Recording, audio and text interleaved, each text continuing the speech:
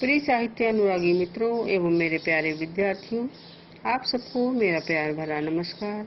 आज मैं पुनः गोस्वामी तुलसीदास की भक्ति गंगा से कुछ अनमोल रत्न रूपी रचना सुमन आपके समक्ष लेकर प्रस्तुत हुई हूँ। आज का विषय है गोस्वामी तुलसीदास की प्रसिद्ध रचना दोहावली। दोहावली कक्षा 11 के पाठ्यक्रम में निहित है। उसके कुछ संकलित दोहों की आज मैं व्याख्या प्रस्तुत करने जा रही हूँ। हरो चरही तापही बरत फरे पसारही हाथ, तुलसी स्वारथ मीत सब पर मारथ रघुनाथ। प्रस्तुत दोहे में तुलसीदास जी कहते हैं कि इस संसार में सभी स्वार्थी होते हैं, केवल परमार्थ की साधना करने वाले प्रभु श्री रामचंद्र जी ही हैं। वे कहते हैं हरो चरही, जब वृक्ष हरे भरे होते हैं तब वो चरने के काम आते हैं। तापही बरत, और जब वे सूख जाते हैं तब उन्हें जलाकर तापते हैं। तब हम नहीं सोचते कि वे जल रहे हैं, उनकी जलने की चिंता नहीं करते, हम उनसे भी अपना स्वार्थ लेते हैं। हर प्रकार से हम वृक्षों से अपना स्वार्थ की पूर्ति करते हैं। हरे भरे होते हैं तो चरने के काम आते हैं, सूख जाते हैं तो जलाकर ताप लेते हैं। फल पसारे हाथ, और जब वे फल देने वाले होते हैं तो हम हाथ फैलाकर उनके फलों को मांग लेते हैं। तुलसी स्वार्थ मीत सब पर मारथ रघुनाथ। इसलिए तुलसीदास जी कहते हैं कि ये संसार में सभी अपने स्वार्थी के वशीभूत होते हैं। केवल परमार्थ की साधना करने वाले, दूसरों का हित चाहने वाले केवल श्री रामचंद्र जी ही हैं। मान राखिबो मांगिबो, पीसो नित नौ नेहु, तुलसी तीनों तप फबे जो चातक मत लेहु। तुलसीदास जी ने इस दोहे में चातक की तरह स्वाभिमानी और एकनिष्ठ प्रेम के आदर्श को ग्रहण करने की बात कही है। वे कहते हैं मान राखिबो, सम्मान की रक्षा करनी चाहिए, मान अपना कभी भी भंग होने नहीं देना चाहिए। मांगिबो, मांग भी लो, क्योंकि सामान्य रूप में जब कोई किसी से मांगता है तो जरूर उसका मान भंग हो जाता है। प्रियसो नित्य नव नेह, और उसके प्रिय से नित्य नवीन प्रेम भी बना रहे। नेह का स्नेह, प्रेम भी बना रहे, प्रेम में भी किसी प्रकार की कोई कमी न आने पाए। अर्थात आत्मसम्मान की भी रक्षा रहे, मांग भी ले, और प्रीतम के प्रति प्रेम का भाव भी नित्य नवीन होता रहे, वो बढ़ता रहे। ऐसा कहाँ संभव हो सकता है? ये तीनों तो तुलसी तीनों तब फबें, ये तीनों तो तभी शोभित होते हैं जो चातक मत लेहु, जब चातक के मत को स्वीकार किया जाता है। चातक का मत, चातक स्वाति नक्षत्र के जल का ही पान करता है, मेघ से उस जल की याचना करता है। चातक प्रेम का आदर्श है, वो एकनिष्ठ प्रेमी है, और जब हम उसी तरह से स्वाभिमानी होकर एक निष्ठ प्रेमी बनते हैं तभी हमारे साथ ये तीनों चीजें संभव हो सकती हैं कि हमारा सम्मान भी बना रहे, हम उससे याचना भी कर लें, और हमारे प्रेम में भी किसी प्रकार की कमी ना आने पाए, वो नित्य बढ़ता ही रहे। यहाँ चातक पक्षी के मत के संदर्भ में ये द्रष्टव्य है कि उसका एक निष्ठ प्रेम केवल स्वाति नक्षत्र के जल से होता है। वो मेघ से जल की याचना करता है, कभी शीश झुका करके उस जल का पान नहीं करता है। इस प्रकार से उसका आत्मसम्मान निरंतर बना रहता है। वो याचना भी करता है, लेकिन अगर कभी मेघ उसकी याचना को पूर्ण न करे तो भी उसका प्रेम घटता नहीं, बल्कि उसके प्रति बढ़ता जाता है। इस प्रकार से आत्मसम्मान, प्रेम का बढ़ते जाना और याचना भी कर लेना, ये तीनों बातें एक साथ मिलनी दुर्लभ है। नहीं जाचत नहीं संग रही, शीस नाई नहीं ले, ऐसे मानी मांग नहीं को बारिज बिन दे। इस दोहे में कवि ने चातक के आदर्श प्रेम के स्वरूप का स्पष्टीकरण किया है। कवि कहता है कि नहीं जाचत नहीं संग रही, कि वो चातक पक्षी नहीं जाचत, ना तो मुख से मांगता है, न ही संग्रही और ना ही उस जल का संग्रह करके रखता है। शीश नाई नहीं लई और ना ही उस स्वाति नक्षत्र के जल को शीश झुकाकर ग्रहण कर लेता है। वो तो सम्मान पूर्वक केवल अपने मुख में ही उस जल की बूंद को ग्रहण करता है। तो ऐसे मानी मांग नहीं को बारिद बिन नहीं, ऐसे सम्मान पूर्वक अहंकार पूर्वक मांगने वाले को बारिद बिन नहीं, जल बारिद बादल के बिना कौन ऐसा दाता है। बारिद के रूप में यहाँ पर भगवान श्री रामचंद्र जी हैं, जो इतने स्वाभिमान से भी अगर कोई उनसे कुछ मांगता है तो उसकी याचना को अवश्य सुन लेते हैं, उसे अवश्य पूर्ण करते हैं। चरण चोंच लोचन रंगो, चलो मराली चाल, छीर नीर विवरण समय, बक उभरत ही काल। यहाँ पर कवि ने स्पष्ट किया है कि जब कोई तुच्छ व्यक्ति किसी महान व्यक्ति के रूप या उसके बाह्य स्वरूप के अनुसार स्वयं को ढालने का प्रयास करे और दिखाने की चेष्टा करे कि वो बड़ा महान है, तो वो कभी महान नहीं हो सकता, क्योंकि वास्तविकता कभी न कभी अवश्य प्रकट हो जाती है। जहाँ गुणों की बात होगी तब उसके अवगुण सामने आ जाएंगे। चरण चोंच लोचन रंगो, चलो मराली चाल। चरण पैर, चोंच लोचन नेत्र, चरण चोंच और लोचन।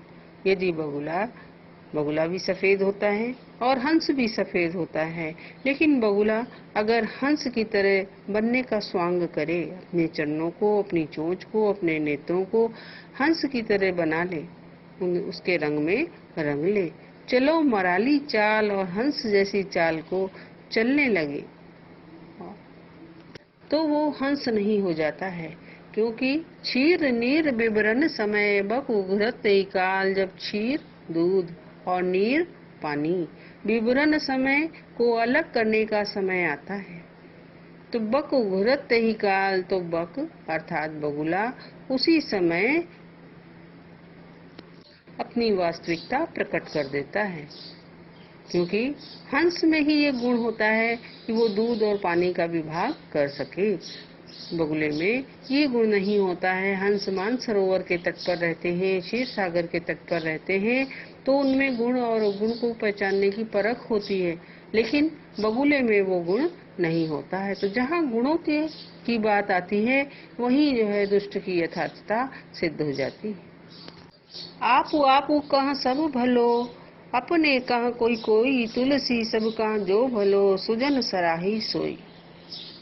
तुलसीदास जी कहते हैं कि आप कहाँ सब भलो।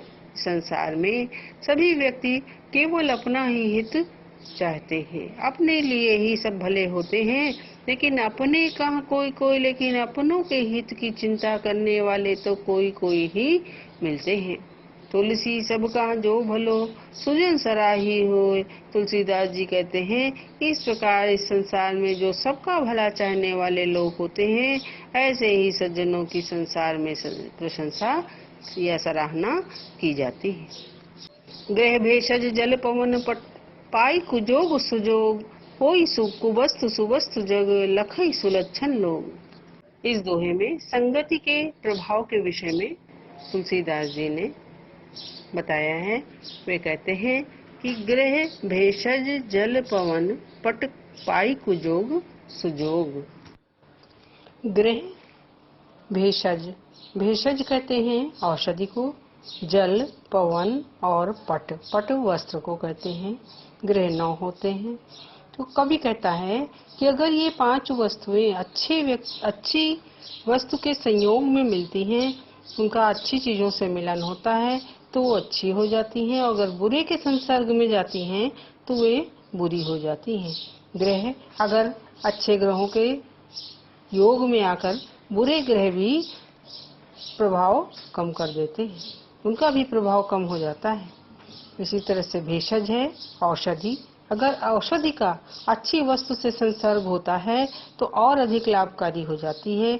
जल का अगर बुरी वस्तु से संपर्क होता है तो वो हमारे लिए अहितकर हो जाता है, लेकिन अच्छे के संसर्ग में जाकर के जल भी लाभकारी होता है। इसी प्रकार से पवन और वस्त्र है। वस्त्र भी अगर किसी अच्छे और सौंदर्यमान व्यक्ति के पास वो वस्त्र होगा तो उसकी शोभा को बढ़ा देगा, लेकिन अगर कुरूप वही पहनेगा तो उसकी शोभा घट जाएगी। तो इन 5 वस्तुओं का मिलन अगर अच्छे लोगों से होता है तो वो अच्छे हो जाते हैं, और अगर बुरे के संपर्क में जाते हैं तो वो बुराई को ग्रहण कर लेते हैं। होई कुवस्तु सुवस्तु जग, लखई सुलक्षण लोग। इसलिए जो कुवस्तु होती है, खराब वस्तु होती है, वो भी सुवस्तु हो जाती है, अच्छी वस्तु हो जाती है। अगर वो अच्छी संगति में जाती है तो खराब वस्तु भी अच्छी हो जाती है। लखई सुलक्षण लोग, इस बात को सुलक्षण अच्छे लक्षणों से युक्त लोग ही जान पाते हैं। जो सुनी समूझी अनीति रत, जागत रहे जो सोए, उपदेशी वो जगाई वो, तुलसी उचित न होई। तुलसीदास जी कहते हैं कि जो व्यक्ति सुनकर समझकर भी अनीति रत, बुरे कार्यों में, अनीतिपूर्ण कार्यों में लगा रहता है, रत रहता है, जागत रहे जो सोई, ऐसा व्यक्ति जागते हुए भी सोते हुए के समान होता है। जो सब कुछ जान रहा है कि वो जो कर रहा है वो उचित नहीं है, अनुचित है, सुनता है, समझता है, लेकिन फिर भी वो उन्हीं कार्यों में रत रहता है, तो ऐसा व्यक्ति जागते हुए भी सोते हुए के समान होता है। उपदेशी वो जगाई वो, तुलसी उचित न होए। तुलसीदास जी कहते हैं कि ऐसे मूर्ख लोगों को उपदेश देकर के जागृत करना कभी भी उचित नहीं होता, क्योंकि उनके सम्मुख चाहे जितना विद्वान कहता रहे, बड़ा से बड़ा विद्वान उनको उपदेश देता रहे, उनके ऊपर उस बात का कोई प्रभाव नहीं पड़ता है। अगला दोहा। बरसत हर्षत लोग सब, करशत लखै न कोई, तुलसी प्रजा सुभागते, भूप भानु सो होई। तुलसीदास जी कहते हैं कि बरसत हर्षत, जब बादल वर्षा करते हैं तो सभी लोग आनंदित हो जाते हैं, सब हर्षित होते हैं। करशत लखै न कोई, लेकिन वो जल जो बरस रहा है वो किस प्रकार से एकत्र होता है, किस प्रकार से वृष्टि होती है, सूर्य उसको अवशोषित करता है पृथ्वी से, और फिर बादल बनते हैं, फिर वो धरती पर पुनः वृष्टि कराते हैं। तो इस बात को कोई नहीं देख पाता कि सूर्य किस प्रकार से जल को पृथ्वी से अवशोषित करता है, लेकिन जब बादल वर्षा कराते हैं तो सभी लोग आनंद की अनुभूति करते हैं। तुलसी प्रजा सुभागते, भूप भानु सो होई। तुलसीदास जी कहते हैं प्रजा सुभाग से, प्रजा बड़े ही सौभाग्य से, भूप भानु सो होए, इस प्रकार के भूप अर्थात राजा, भानु सो सूर्य के समान राजा की प्राप्ति प्रजा बड़े ही सौभाग्य से करती है। जब बहुत ही अच्छे भाग्य होते हैं तभी ऐसे राजा की प्राप्ति होती है। जिस प्रकार से वर्षा सूर्य कराते हैं देखा जाए तो, क्योंकि वो पृथ्वी से जल को अवशोषित करते हैं, फिर बादल बनते हैं, फिर जितना जल वो पृथ्वी से लेता है उसका 1000 गुना करके पृथ्वी को वापस कर देता है।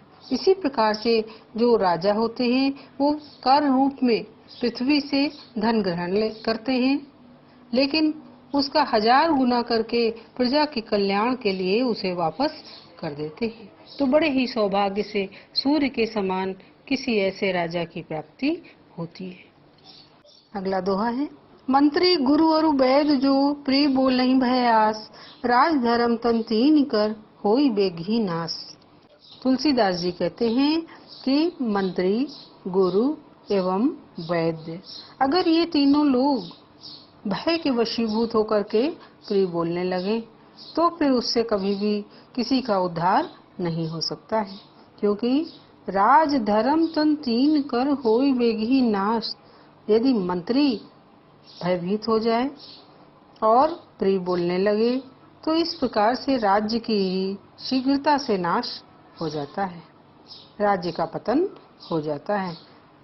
इसी प्रकार से गुरु अगर भय के वशीभूत होकर के प्रिय बोलने लगे तो उससे धर्म की हानि होती है, और वैद्य अगर भय के वशीभूत होकर के डर कर प्रिय बोलने लगे तो उससे शरीर की ही क्षति होती है। तो इस प्रकार से ये तीनों अगर भय के कारण प्रिय बोलने लगे तो उससे राज्य की, मंत्री अगर भय के वशीभूत होकर प्रिय बोलता है तो राज्य की हानि, गुरु अगर भय के वशीभूत होकर के प्रिय बोलता है तो धर्म की हानि, और वैद्य अगर भय के वशीभूत होकर के प्रिय बोलता है तो शरीर की शीघ्रता से ही हानि हो जाती है। इसलिए इन तीनों को कटु सत्य बोलने वाला साहसी होना चाहिए। तुलसी पावस के समय धरी कोकिलन मौन, अब तो दादुर बोली है हमें पूछी है कौन। अन्योक्ति है इसमें। तुलसी पावस के धरे समय धरी कोकिलन मौन। तुलसीदास जी कहते हैं कि जब पावस का समय आता है, पावस का समय वर्षा का समय, वर्षा ऋतु के समय धरी कोकिलन मौन, कोयल मौन हो जाती है, वो शांत हो जाती है। क्यों शांत होती है? क्योंकि वर्षा ऋतु में मेढकों का बोलबाला होता है। अब तो दादुर बोली है हमें पूछी है कौन। मेढकों का बोलबाला होता है और मेढकों की कर्कश ध्वनि के आगे कोयल की मधुर वाणी को पूछने वाला कोई नहीं होता। इसमें अन्योक्ति है। इस अन्योक्ति के माध्यम से कवि क्या कहना चाहता है? क्योंकि मूर्खों की सभा में विद्वानों की बात को सुनने वाला कोई नहीं होता है, इसलिए उचित यही होता है कि जहाँ पर मूर्ख हों उनके बीच में विद्वान शांत हो जाएं।